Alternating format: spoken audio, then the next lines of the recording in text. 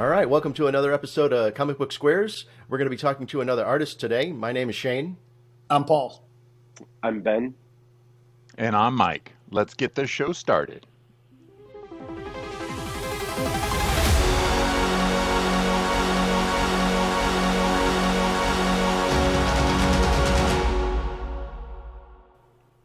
All right, well, welcome to the show. Do us a favor, just give us your name and tell us a bit about your book. Yep, sure. I'm Nick Bryan. I'm a writer from London in the UK, and my most recent project is Death of a Necromancer, which was on Kickstarter in sort of mid-April, I think. Mid-March to mid-April. And it's basically a story about the rise of necromancy in a small British town. The idea that there's this chicken restaurant in the high street in this town where you can go along and they'll bring your loved ones back from the dead by sacrificing a chicken, and then obviously cook the chicken and sell it as wings. Obviously, the business model by itself is amazing. And yeah, it's drawn by Rob Ahmad, who's a great artist. That's got a good sort of retro Darwin Cook vibe going on. His stuff is amazing. And yeah, we've got David Cooper and DC Hopkins on colours and letters. And yeah, we funded, and it was a project for like the whole 4-issue miniseries, so we're going straight through. It's going to be big, hopefully. Oh, awesome! Very cool. Yeah, sure. I met Robert on the Miller World forum, Mark Miller's old forum, like several years ago now. It had I think the forum's gone entirely now, but it had a like creative corner forum or something where artists would post their portfolios and stuff. They're kind of like some of I think there are Facebook groups now that do basically the same thing. But yeah, I found Robert on there, and we've actually been working together for 4 or 5 years, I think. We started off doing short stories, and we did a couple of one-shots, and now, yeah, logical extension, we're doing a whole 4-issue series graphic novel thing. That's awesome. So I saw on your... oh, go ahead. Yeah, sorry. And then, yeah, I recruited David Cooper and DC Hopkins. Yeah, I think David did a lot of stuff with the Scottish writer Fraser Campbell. I don't know if you know him. He's done Alex Automatic and a couple of other things. Okay. And so I saw David's stuff on his work, and then I think Robert introduced me to DC Hopkins. He's quite busy, DC Hopkins. He does a lot of like indie books. I think he's done some of Scott Snyder's Nocterra as well. So yeah, he's awesome. Glad to have him. Yeah. So it sounds like, through meeting one person, you meet another, and then your team sort of grows from there, huh? Yeah, I mean, a lot of the last few things I've done, it's been like people I've worked with before. Like my other recent thing was FairyFare with Rosie Alexander. That was kickstarted like last year, and that was our second project together as well. So yeah, I'm building these relationships. I like to. I think there's something I've heard people say in like comics Twitter and stuff that you can tell if someone's not an arsehole if people are willing to work with them more than once. So I'm just going to keep working with the same people again and again until people believe that I'm okay. That's the plan. So then Nick, sorry Ben, I didn't mean to interrupt. No, go ahead, man. Okay. I was looking at your site, and you've got a lot of really cool projects, a lot of stuff, a lot of content. So when you do you have just kind of, I guess, in your mind, like all these ideas, and you talked a little bit about your team, and when you find good talent, kind of working with them on numerous projects. Do you open yourself up to when you have these ideas? Like, what's that process look like when you have an idea, and then try to get a team together to put it all onto paper? It's a bit of a lot of things. Like I have a Scrivener document, a like word processor document, which has lots and lots of little sub notes in it, which all have a lot of them are just full of about 100 words and some idea I had one day. So a lot of it's just me waiting to pull the right thing out for the right day. Like, I mean, for Death of a Necromancer specifically, I had a chat with Robert, the artist, after we did our previous thing, which was And It Snowed, about a brother and sister being chased down by Jack Frost. And yeah, we had a chat after that, and he said he wanted to do something in the sort of fun goth Tim Burton vibe. That was what he wanted to do next. So I sort of spent most of like the second half of 2020 stewing on that until I got to Necromancer Chicken Shop. Nice. Very cool. So it is like kind of a yeah. So it is kind that's of why it took 6 months. Yeah. It's collaborative then, it sounds like, for you sometimes, like where you and the artist are bouncing ideas off each other? Or do you come in straight up like here's what's gonna happen?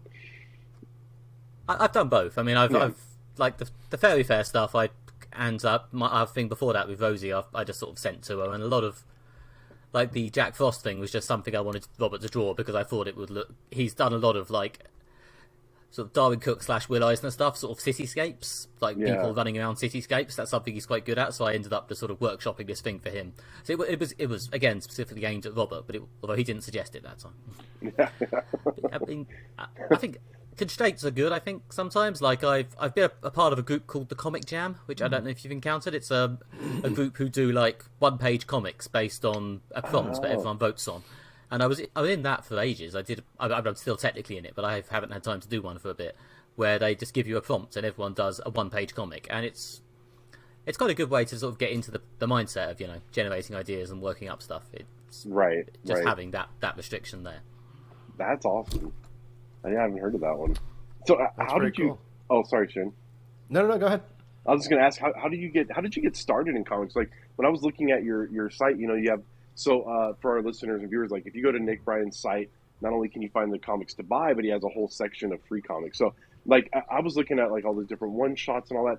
There's a lot of work on there. What kind of got you like, and it's all very like it varies greatly in the type of stories and everything. So what kind of got you into creating comics? Was it like the ability to be able to tell all these different stories, or like a passion for the art form from an early age? What was it for you? It was mostly probably the passion for the art form, to be honest. Like I've been reading comics since I was about 9 or 10. I sort of started on the UK Sonic the Hedgehog comics and went on from there.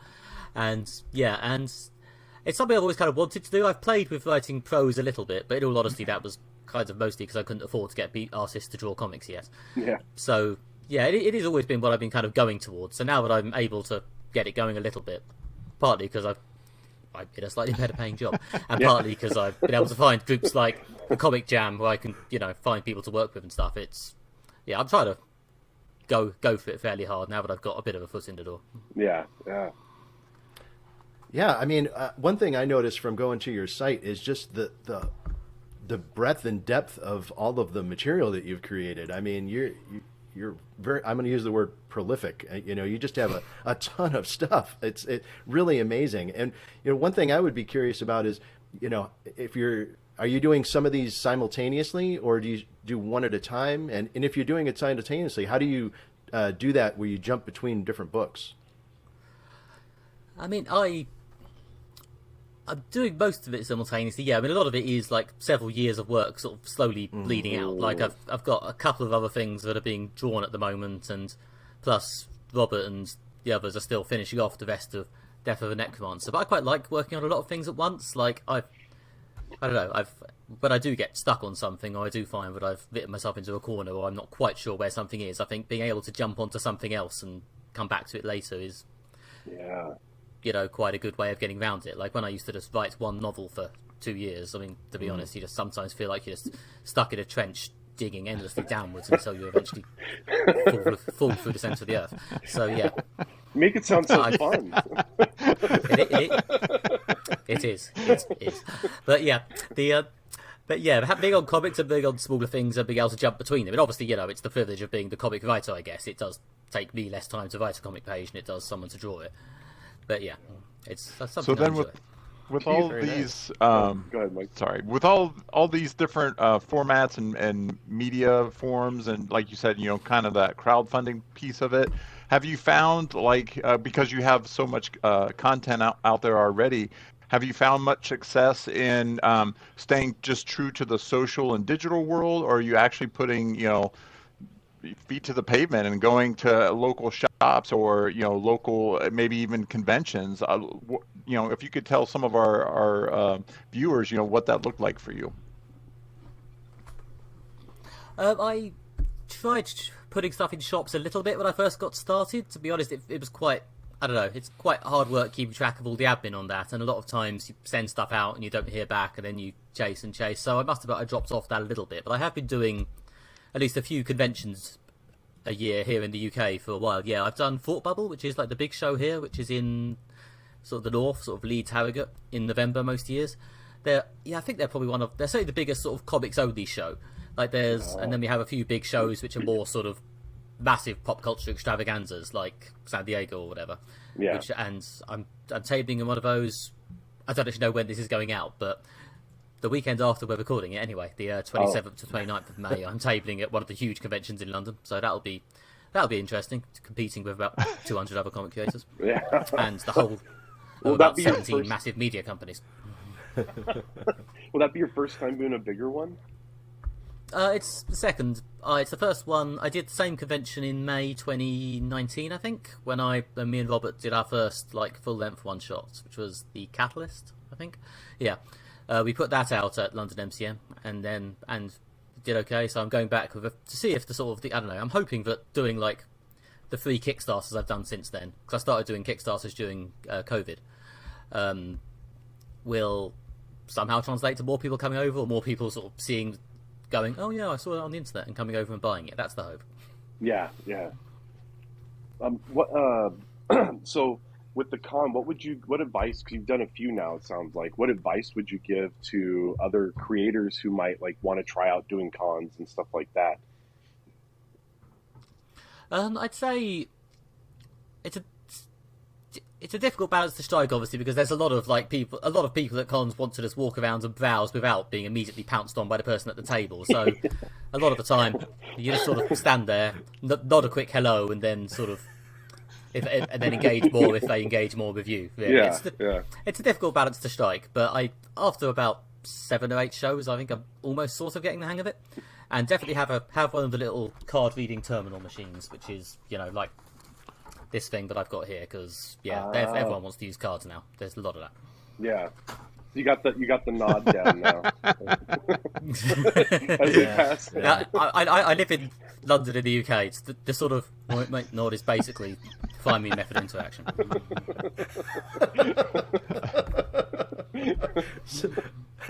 Mind if I jump in here, Mike? I had a quick question. So I was, looking through your site, and you have a lot of other more traditional, like hardcover books, it looks like, on the site as well. Were those done prior to your comic work? And then I guess my question is, how did you make that transition from doing the other work to comic stuff? Oh, you mean like prose books? Yeah. But as I sort of said before, the prose books were something I was partly doing because obviously it's something I could do without an artist. I've always, I don't know, to an extent been doing prose. I was hoping I could get into comics. The transition was quite a slow one, because I think everyone sort of says when they're talking about starting off doing comics, start small, do shorter stories, and then grow slowly from there. So it's a sort of bit of logical progression, I guess. I did like the 1-page things with the Comic Jam, and then there's some sort of 3 to 4 or 5 pages stories on the site as well. There's some photo comics where I put like speech bubbles onto pictures of geese, if you like that sort of thing. Yeah. And then from there it's sort of black and white one-shots, and then colour one-shots, and now a colour mini-series. I'm not quite sure what the next progression is. Some sort of one-man omnibus edition in 3D, I think. Yeah. There's not enough geese comics out there. Yeah, I feel like you gave up on that too quickly. I think there's definitely a market out there for photographs of geese with word balloons that hasn't been fully explored.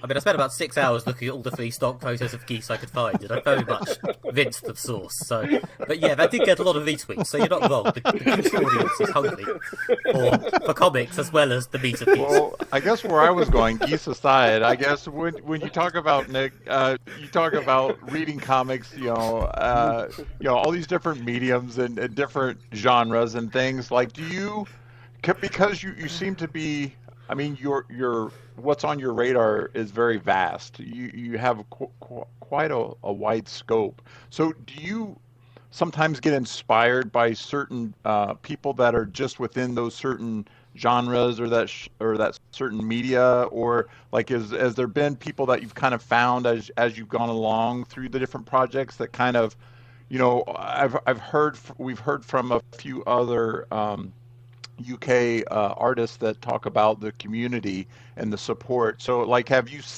kind of felt that or seen that as you've gone throughout your travels, and kind of to this day, is there someone or main people that inspire you? I mean, yeah, there have been a couple of sort of collectives and stuff I've been involved with. There was like the Comic Jam again, like the guys who run that, Casey Allen and Aaron Miller. They've done a huge amount to encourage both and support like me and like all the other people who come through there. And I've met a lot of artists I've worked with there as well. So yeah, the Comic Jam's an amazing group. I owe them a lot. And there's also a group in London called Work in Progress or Whip Comics, which is run by Joe Stone. I've been a member of them for a few years. I've had stories in their annual anthologies and stuff, and yeah, that's been because especially pre-COVID, we used to meet up in sort of venues in central London, and it's nice to leave the house and speak to other comics people occasionally because because I find a lot of my artists on the internet and stuff, the amount of them I've actually met in real life is very, very small. Right. So yeah, and obviously a lot of like comics social chat outside of conventions again on the internet. So yeah.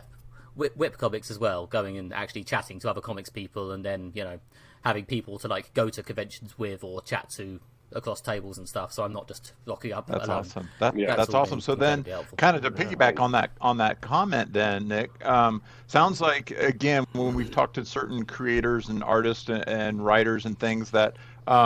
You just mentioned COVID. I think sometimes that forces us to maybe perhaps that provides an opportunity, I guess, for us to branch out but like you said, sometimes that could be a hindrance where you're used to going out and speaking to people in person or having these network groups. I mean, do you feel like that actually helped progress some of your work? And maybe it did both. Maybe it progressed some and held some back. I don't know. How do you feel the last few years has been affecting you as a creator? A bit of both. I mean, on the plus side, I think COVID finally happening did kind of encourage me to sort of get a move on and finally do Kickstarter, which is something I've been sort of getting round to for about 2 years before that.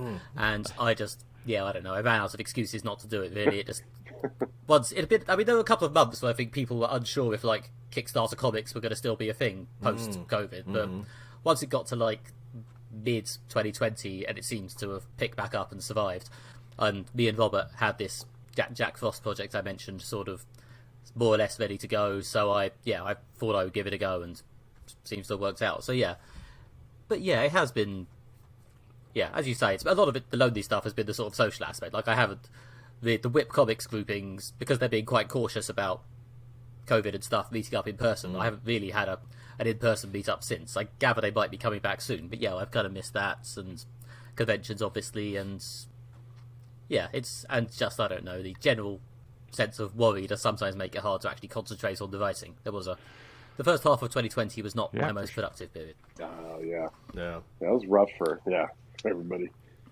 So since you had success with Kickstarter, and it kind of took you a little while to get going with it, and you finally did one and it was successful, do you feel like you have another project ready to go that you want to do another Kickstarter for?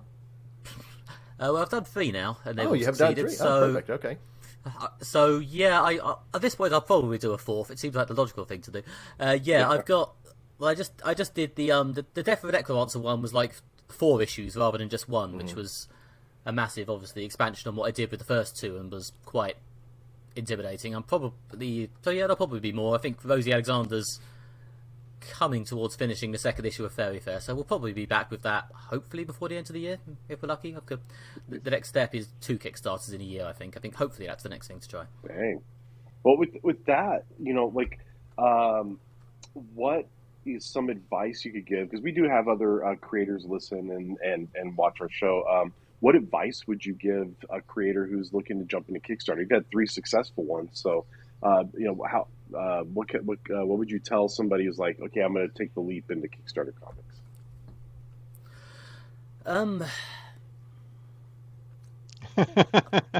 I should have sent you the question earlier. I'll work it out. I think. In all honesty, doing a couple of comics before you do Kickstarter is very helpful. I guess but I know that's because I had a bit of money saved, I could afford to do that. But beyond that, because obviously that builds some level of audience. But beyond that, like a lot of collectives and groups, like I mentioned, are very important. Like kicking off the Kickstarters. To be honest, the most useful thing I probably did was being able to post a link around in a few, Discords and Slack groups and forums and stuff, where people actually, know who I am and have some interest or investment in my success, because that did mean I could at least have, the big first day that everyone says you need. Yeah, so you built a community beforehand. Yeah. Well, yeah, again, I guess it's similar to what I was talking about earlier. Yeah, having the community and the people around you and stuff. Obviously, don't just sniff around people in the hope of finding future Kickstarter backers. But yeah. I mean, I'm sure people could tell if you're trying to just butter them up so you can get them to buy your stuff. Yes, you can very much tell, especially once you do a Kickstarter and you start getting a lot of random DMs about other people's. But yeah, I think a lot of... I mean, it is surprising how many people sort of find you just because you're on Kickstarter. Or there are a lot of...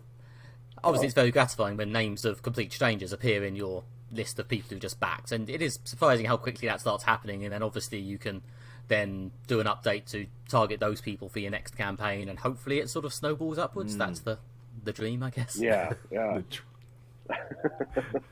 So what was the...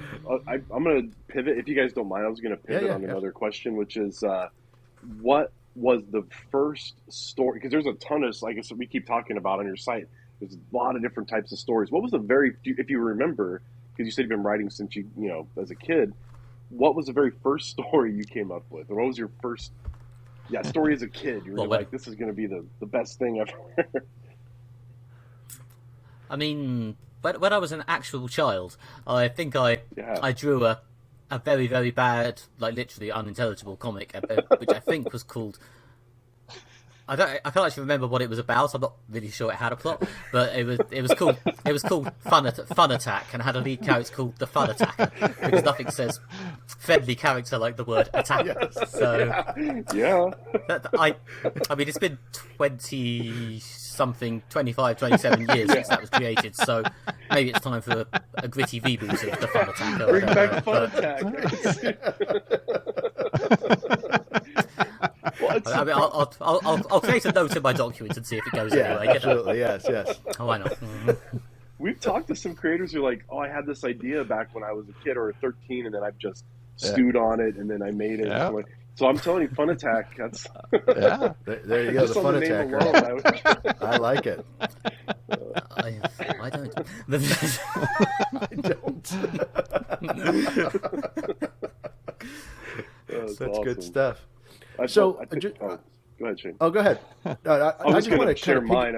Oh, go! Oh no, I want to hear yours now. Now I want to hear yours. Now we have to know. When I was a kid, I had one. It was I called it. This is true. The Killer Mow Lawner, because I forgot that's not it's a lawnmower. I wrote the Killer Mow Lawner. The very first little comic I made as a kid. Yeah, about this lawnmower that got toxic waste on it, of course, because it was the 80s, and then it became, sentient. So that's how that works. There you go. As they do. And started lawning mows. Yes. Yeah, that's right. As they do. I love it. Well, you're funny, Ben. I just wanted to kind of, continue on that path, to help our other watchers, how they build that up. You had mentioned the idea that you can't just go on social media and start begging people, hey, follow my Kickstarter and help me out and support me. Can you give any advice to them as far as what you've learned over time after doing multiple successful Kickstarters? How do you go at it subtly to get people to support you? I don't know what maybe other tips that you could suggest, that how you do that in a tactful way that doesn't feel like you're begging for followers essentially. I mean the sort of the community of people sort of doing comics on Kickstarter is just another community that exists. There'll be inevitably people doing, especially nowadays when there's loads of them, there'll inevitably be people doing crowdfunded comics at the same time as you, and found that there's usually a certain amount of sort of camaraderie, I guess, between sort of people who are crowdfunding around the same time. If you can just find them and have a chat, you've obviously got something in common. There'll be a certain amount of mutual retweeting. There's always other people out there who haven't seen your stuff. As long as it's reciprocal, as long as you're helping them and being friendly, it's not, I think, completely parasitical. Yeah, absolutely. And that's done a lot for me. Okay, all right, very interesting. And, you know, real life friends do also contribute. Like, especially with your very first Kickstarter, there is a certain degree of just, you know, putting it on your Facebook, and if you get lucky, your aunt might back. I mean, it's not. But yeah, I mean, especially, like, again, yeah, first time, like, there'll be a certain amount of, ooh, Nick's doing this exciting new thing, and by the third one, it'll just be, Nick's doing it again. But, yeah, it's, right. Especially when you're trying to get a foothold, Yeah. and, you know, you haven't yet got an audience in place, it's not nothing, it's still there. Yeah. Well, and I guess that's what I was, you know, kind of more interested in is, like you said, if you're going out there and on your fourth one, you know, how do you keep that interest level up and keep people engaged, especially friends and family that, you know, you've tapped into a couple of times. That it's definitely a challenge, and I don't know how you do that. I don't know. I don't think there's probably not a hard rule for everybody to follow, but that's why I was just thinking, you know, if you knew any additional tips, but yeah, it's got to be tricky. That's the hardest part is the marketing of yourself, you know. Well, yeah, I mean, I just did what I'm pretty sure all the comics writers have now done and started a newsletter, to be honest. And, you know, I have an email newsletter. I think the link's still in my Twitter bio. I have when I do the Kickstarter surveys to get people's address, I also include a do you want to be included on my email newsletter question. And if they say yes, I load them in. And it's, again, it builds up some sort of existing audience who you can hopefully stay in touch with. I message people once a month because I just don't think I have enough comics to justify messaging once a week. But yeah, I sort of just keep some level of gentle contact going. So yeah, I guess it's not complete out of nowhere spam when I come in and go, okay, and now there's another Kickstarter. Right. See right. that? Yeah. So there you go. So you do have like a newsletter that helps hook them in. So that, yeah, okay, that's definitely something that, you know, people might be interested to hear about for sure. Yeah, and on that, Nick, you were talking about, you know, how you've kind of progressed through the experience of the conventions and the stores and the network groups where, you know, do you find, I guess, that marketing of yourself, like have you considered, and I don't know, maybe you have done this already, have you considered, again, because it seems like amongst creative people, you know, your mind is in a different space than the marketing side. So have you thought about perhaps trying to partner up with someone that is truly like a marketing genius and to help push you in that space? And maybe you've tried that already. I don't know. I haven't really, mostly because, to be honest, most of the available money goes on paying people to make the comics. If I get to the point where I have enough spare money to, you know, outsource to Kickstarter marketing, I probably wouldn't say no, to be honest. Like I have at times considered outsourcing the packaging, the fulfillment, because, you know, it's a lot of stuffing things into envelopes to do in my already quite messy living room. But yeah, it's a lot of it is just sadly money, and it's not, you know, it's particularly fun or uplifting to have lengthy chats about how a lot of it is money. But yeah. No, absolutely. I think it's important. That's the reality, though. Yeah, it's the reality. Yeah. I think it's important for people to hear it for sure. Yeah, and so that's interesting. You brought up the packaging and stuff like that. Like, that's something I didn't even think of doing a Kickstarter. Like, you're there shoving books, you know, bagging and boarding and putting in an envelope and sending it out. It's like, there's a lot to it, huh? Yeah. No, you gotta learn how customs paperwork works in a range of foreign countries. You gotta.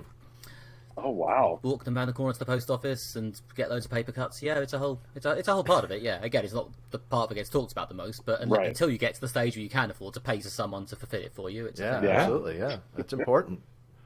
Well, you should just be like, sorry, anybody outside the UK, I can't do all this custom paperwork all the time. I mean, I'm pretty sure some Kickstarters do that. I'm sure there are some. Yeah. I mean, I think it's more to do with the cost of shipping than paperwork. Right. But I've seen some Kickstarters which are like no physical copies outside America. We just can't do it. Yeah. I guess I think that's mostly cost rather than paperwork. Yeah, absolutely. Right. Yeah, that like you said, that's a huge issue. Is you know, there's the whole making the book, you know, and then there's the marketing of the book.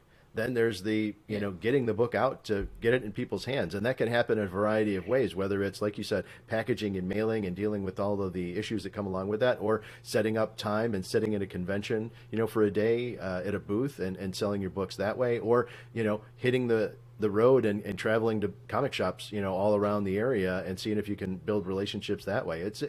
All of it is... People don't realize all the work that goes into getting something out to the masses. So I think it's important to talk about that kind of stuff. And I was just going to follow up with that, Nick. Kind of what Shane just said. All of those things happening behind the scenes, and we've heard amongst the creators, that mental health, that mental space where am I taking on too little? Am I taking on too much? Because of all those variables that you are executing behind the scenes. Have you felt a kind of both sides of that scale, and have you found like a happy medium as far as the amount of production, the amount of projects that you've taken on at one time? Probably. I mean, like I said just now, I'm probably going to try and go up to like 2 Kickstarters this year. I mean, I don't know. I follow some people who I swear to God have a Kickstarter basically every other month, Wow. and good for them if they're able to do that level of logistics. Maybe they've just reached a point where they're bringing in someone to do it for them. I'm not sure, but yeah, there is especially if it is still just me doing everything, then yeah, I think. Especially because I do, as I say, I do still have a day job around this as well. This is not in any way my full-time job. Yeah. So, I think there is a limit to what I could upwardly do. Just did actually do the writing, which is the part I, actually like the most. So yeah, I think it's not just going to keep going upwards forever unless I get to the point where there's actually a publisher doing it. It is probably going to cut out. So, You make a good point, Nick, because I think anything that you do and have passion about, at some point, if you do take on too much, it seems you lose some of that emotional reason why you do it, and it feels more almost like a job than something that you enjoy. Well, yeah, exactly. I don't want it to become a chore. Yeah, absolutely. Yeah, for sure. Yeah. Well, very cool. Ben, we're going to make sure that we put all the links in our information below the video so people can find Nick's information. And I mean, this was just a great time to get a chance to meet you and hear about you and all your work. I hope that this drives some traffic to your page and people can find out about your stuff. It's really, really fun. And just hearing your personality, I hope that people come away from this knowing a little bit more about you and can appreciate your humor in the books for sure. Yeah, thank you very much for having me, guys. It's been fun. It's been our pleasure. Well, this was another great episode. Hope you guys enjoyed it. Make sure to hit that like, subscribe, and notification bell so we keep bringing you content like this. And we'll see you on the next one.